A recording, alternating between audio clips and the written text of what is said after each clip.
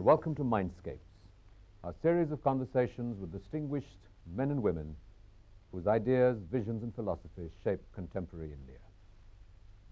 My guest today is a distinguished academic and economist who has worked and been widely respected in India and abroad. His report in 1991 on tax reforms has been the cornerstone of India's liberalization policy through successive governments in 8 years. I'm delighted to welcome Dr. Rajiv Chelliah. Welcome, sir. You did your report in 1991 on liberalization. Tax reform was really the thrust of what you were looking at. It has long been feared and people have been concerned about the role of black money in India's economy. And it was felt at that time that if you lower tax rates, that perhaps that will eliminate or substantially reduce the problem. Why do you think that hasn't happened despite the reduction in tax rates? You cannot eliminate this or bring it down to manageable proportions unless there is a change in the attitude of society, particularly that part of society which is ruling the country either in the sphere of bureaucracy or business or politics. They have to change. They have to realize in the long run all of them and the country will benefit if this is eliminated. What would you say are some of the key areas inhibiting India's rates of growth from competing with, say, those of China or the countries of Southeast Asia? What are some of the key elements that you would intervene in? Some people say that the rate of savings in India is much lower than in China. That is true. But I don't believe that a poor country such as India can have a higher rate of saving than 25% gross. However, the savings are not utilized efficiently. First, out of the total savings, a considerable percentage, maybe 5%, is used by government for its consumption expenditure. It borrows from you and me, and instead of putting it into capital formation, they use it for paying salaries. That's because their revenue expenditures are higher than the revenues. This has become a chronic problem since the middle 80s. So you'd say the one aspect of this, of course, is that the government is grossly overstaffed, far too many people doing too little. And many other things. That's one of the reasons. But there are other reasons also. Second, whatever is invested is not invested productively. A large number of public enterprises are quite inefficient. And I'm sure protected private industries are also inefficient, but they are changing gradually, being now subject to competition. And thirdly, we have not educated our labor force. Now, only 60% of our population is literate, but maybe even that is a high estimate. And only 30% of our women are literate. So our labor force is not efficient. It would be much more efficient if you had given them education, which we did not do for various reasons. The next reason is that procedures and regulations inhibit free flow of governmental activity. Now, a truck which leaves Delhi should reach Calcutta in 2 days. It will take 5 days, because at every point they are stopped for octroi, this poll, that, sales tax, and so forth. Ports are not efficient. Would you say then that, do you believe that merely sort of a macroeconomic management of the economy, where the government sort of increasingly retreats from economic activity or interfering in regulating it, is enough? Doesn't it have something to do with the natural initiative, the motivation, the values of the community, of the people, and the nature of their striving and their goals and desires in life? I would think that there is enough of motivation, enough of striving. Indian people as a whole now are willing to work hard if they are going to get the returns. But they should not be hindered at every stage. There should be, the governmental regulation should help. Macroeconomic management is the management of the economy in terms of stability of price level, balance of payments, and so forth. That is a necessary, but not a sufficient condition. Efficiency in every sphere of economic activity. That efficiency cannot be a consequence merely of government policy, an important component, but it has something to do with the kind of people we are, perhaps. Well, I would put it the other way around. First, government policy. Second, competition. Third, the nature of the people. There will be at least 30–40% of people in India who are willing to work hard. They will count. So all the three are important, but I think people will change if you have the right atmosphere. Now, they were able to change the Chinese from communist laborers to agricultural entrepreneurs by introducing the family responsibility system. And our people also will do so. You must be aware of thousands of small enterprises coming up and doing very interesting and innovative things. But I do agree with you that there has been built up over the last 50 years a tradition of just doing of chalta hai type of thing because of all the regulations were there. Now, even our agriculturists are changing, but they have to be motivated. There you would be right. Some of the agriculturists, some of the backward areas will have to be motivated. They have to be induced to change their outlook on life and on economic activity. You know, the premise of liberalization and the lowering of import duties as a consequence of your recommendations, the implication was that the belief, the faith that Indian industry would be able to respond substantively to competition, and hence the quality of goods and services would improve, and so the consumer would benefit. But what we've really had is Indian industry screaming for protection. How far do you feel that opening up has actually yielded the results that were intended?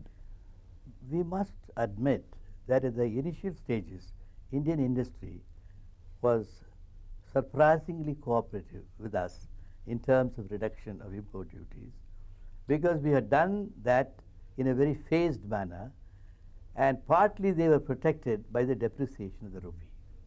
See, the depreciation of the rupee acts in the same way as higher protection, only it is more efficient because it benefits the exporter also. Then we had laid down in our report that there should be a phased reduction, and we had given a medium-term target for 1998 in the expectation that liberalization, other aspects will continue, but it did not. After 1995, for various reasons, partly political, the process more or less got bogged down, and then there was instability and so on. But nevertheless, I tell you, two remarkable changes have taken place. Dr. Jessudoss Chelliah, now the Governor of the Reserve Bank of India, in a book that he brought out in the early 90s, 96 or 95, he pointed out that in 30 out of 36 years before 1991, we had some balance of payments problem or the other. We had to go to the World Bank for loans. We had to go to IMF again and again. Now, in spite of all the statements made by our leftist friends, today we are free of IMF. Why? Because we have no balance of payments problem. We have a $33 billion surplus, which is perhaps not sufficient, but it's good enough to make us feel independent, follow our own policies, and be self-reliant. And the sanctions showed that we can survive without loans from the World Bank also. That's one very important change that has taken place. The other important change is average rate of growth, in spite of the slowdown of the last 2 years, the average rate of growth is certainly comparable to the growth in the late 80s, but without creating a balance of payments problem. The high rate of growth in the 80s created a balance of payments problem because they had not liberalized the economy, had a pegged exchange rate, and so on and so forth. So, I would say the reforms carried out so far, while not sufficient, while certainly are incomplete, and would have to be supplemented by changes in attitude of the part of the population and politicians, so on, have helped, have laid the foundation for Indian economy to take off. Would you say that through successive governments, there has been tinkering with this? But essentially, do you feel comfortable that we have now arrived at a political consensus on reforms? The pace and the fine-tuning of the direction may change. Do you feel reassured of that? I think except for the extreme left and the Swadeshi wing of the BJP, there is a general consensus about the directions in which we should proceed. But there is no political courage on the part of any of these parties to do the right thing. For example, it is a crying shame that our electricity boards are running huge losses. They are not able to supply power. They are not able to invest. And yet the state governments are sticking on to them for sheer political reasons. Only now in Orissa and Andhra Pradesh and Haryana, they have started some reform with the help of the World Bank. But the opposition parties are shouting. Even the Congress is opposing the reforms which Mr. Chandrababu Naidu is trying to bring out. They should support him and attack him on something else. Now, similarly, labor reform, labor policy reform. Gradually phasing out loss-making public enterprises.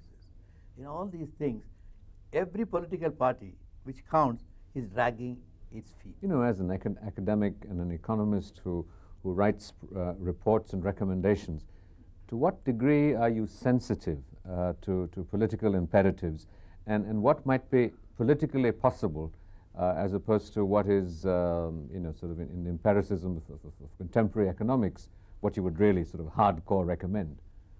Do you tend to sometimes suggest the middle ground because that may be more possible? I have, in fact, argued in a recent article that we should strive for a compromise and occupy the middle ground. But that middle ground should be sufficient to give us enough benefits. For instance, I give you a concrete example. I am willing to say that I would not allow majority participation for TNCs or MNCs everywhere. A theoretical economy will say, why not? If they can come and give us the technology and the production and they'll export goods, fine. But there are some people who are averse to it.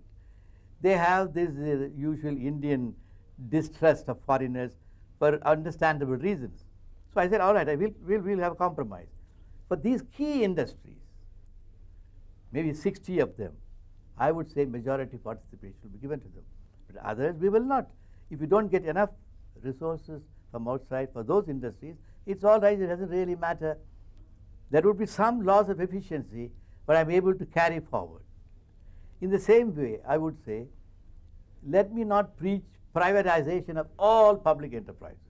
I would say, I choose first loss-making enterprises which cannot be revived. Let's say 10 in a year, cut down gradually. Then you say, infuse private sector capital in other enterprises, which they are doing now, like State Bank of India, Bharat Heavy Electricals, Cochin Refineries, and so on and so forth. Maybe you bring it up to 49%. In some areas, even private sector participation go to 51%. Let's say in hotels, that government only holds 49% to get revenue, dividends. Tatas will manage, but they will get revenue.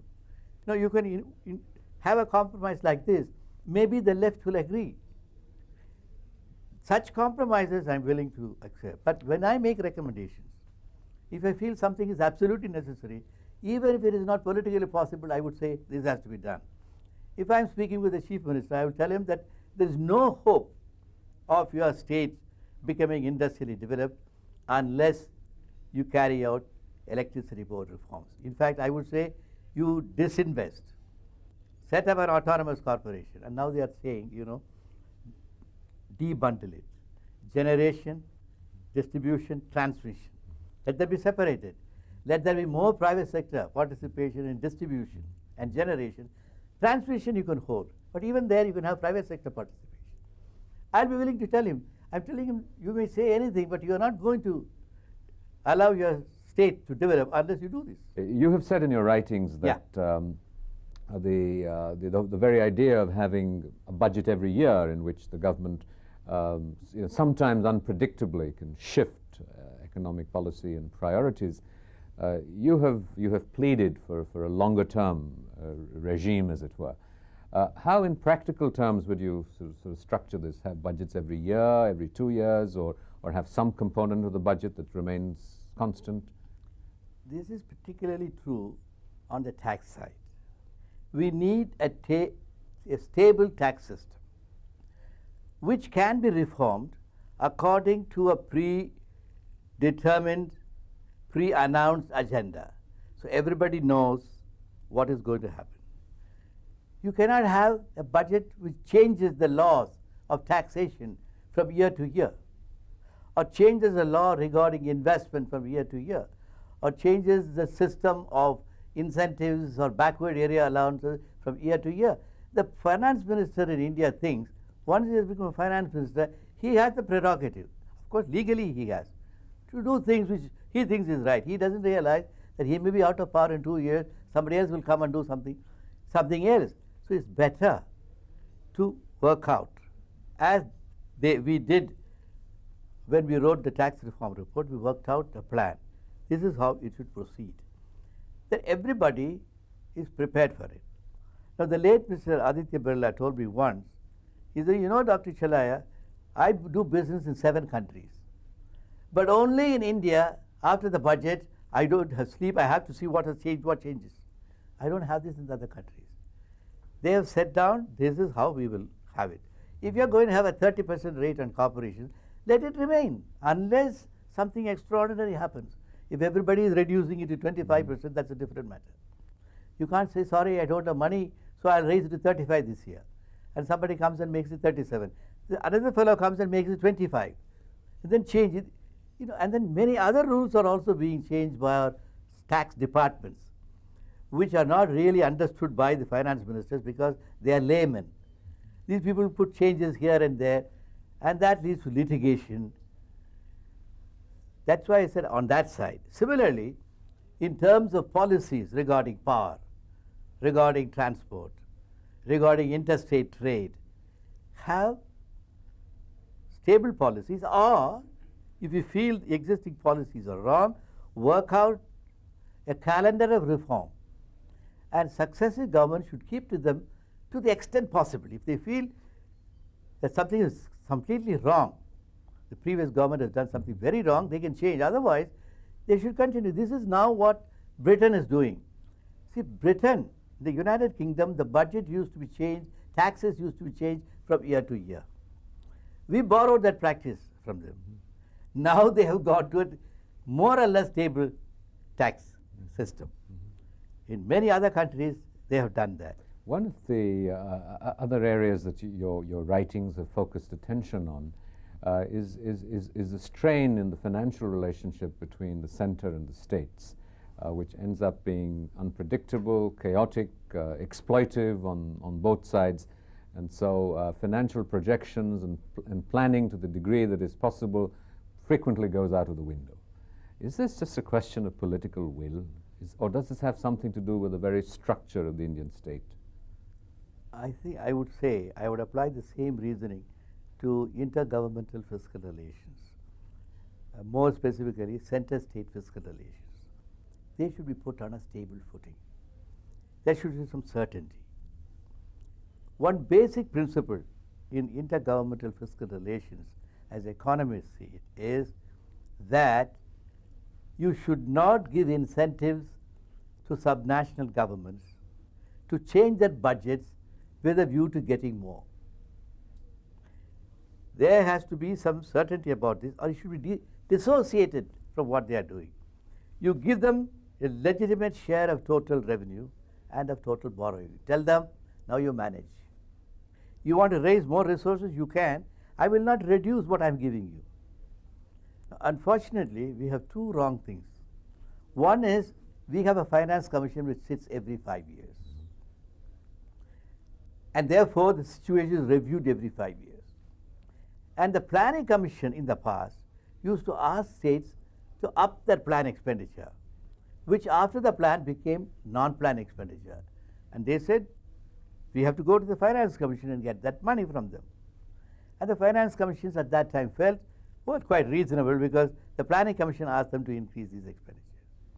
Now this became a ritual, and the states began to present deficit budgets before a finance commission is appointed. But frequently it was just irresponsibility on the state's part, where a politician wants to do something populist, decides to spend the money whether he has it or not. But the economist's argument is, if he wants to do it, he is welcome to do it. He has to tax his own residents. He should not get money from all the residents of India. Now, if you have a system which will fill the budget gap, then he will naturally spend more money. Now, if you go around and ask any state government today, do you have a fear that if you are prudent, you will get less and you will be the loser? He will say yes. Now, we have been trying to change this system. But once it has got settled in, the bureaucrats who man the finance commission find it very difficult to change. Would you say an approach would be similar to what has been used and considered seriously in the United States to legislate? You know, in the United States they say, well, you cannot have a budget deficit. Do you think that a legislative solution to this? That's not possible. What is possible, and which we recommended, and the 10th Finance Commission recommended, is put all the tax revenue of the center together, and we'll say 29% of this will go to the states. We won't change it for the next 15 years. Let us review it afterwards. So they know what they're going to get. Next Finance Commission cannot reduce it. Center knows what it has to give. There is certainty, and each one then should manage within the means at his disposal. They should manage, but you have in Bihar a state where they have spent all their resources, cannot pay salaries, and then are counting on the central budget to bail them out. Now, there is a provision in the Constitution. If they cannot pay salaries, let them suffer some more time, there will be a financial emergency. Then you declare a financial emergency and take it over. You've got to teach the states a lesson if they do like this. But do not use the Article 356 for political reasons. What we have been doing is to use the Article 356 for political reasons, but not using it when it is really necessary, when some states, all states are not so irresponsible. Many of them are quite responsible. They only manipulate to get a little more money because of the wrong system of transfers that we have. But if a state is very irresponsible, there is a provision in the Constitution, and I think it should be used not in the interest of anything except the interest of the people of Bihar. So there is a possibility. But some people have said that at the central government level, there is a provision to put cap on total debts. That could be considered. But that does not solve the problem of the state government. The states are now getting, on transfer from the center, and their own revenues, all put together, 12% of GDP. The center gets 7% of GDP. The total revenues, center and states, amount to 19%. They are getting 12% now, as contrasted to 8.5%, 9% in the early 80s or middle 70s. This 12% has remained constant in the last few years. That means it has been growing at 6% per annum in real terms. But still, all of them are in difficulty. On the balance, this is a time, or we seem to be coming out of an economic recession. The stock market is booming, almost sort of belying that fear that we are in a recession and rates of growth are slowing down. What is your assessment of the state of the economy? I do believe the turnaround has come because we hit the bottom. Then naturally inventories have been run down and production has to take place to make up for this. Then the world economy is reviving. Agriculture production was very good in 1998-99. We believe it may not be too bad this year also. So exports have started growing. And I believe there is expectation on the part of the stock markets that we are going to go in for now a bullish phase, a boom. And so they're anticipating it and discounting it and buying up so they can sell when the prices go still further. I think if we get a stable government at the center, our economy can grow at 7% if hard reforms are carried out. It will grow at 5%, 5.5% otherwise. The hard reforms are about public enterprises, transport, electricity, railways, where the political leaders have to have courage to introduce structural reforms. Do you think that will happen, as a final question? I cannot answer definitely. I do not know. I do not know. Thank you very much, sir. It's been a great pleasure. Thank you.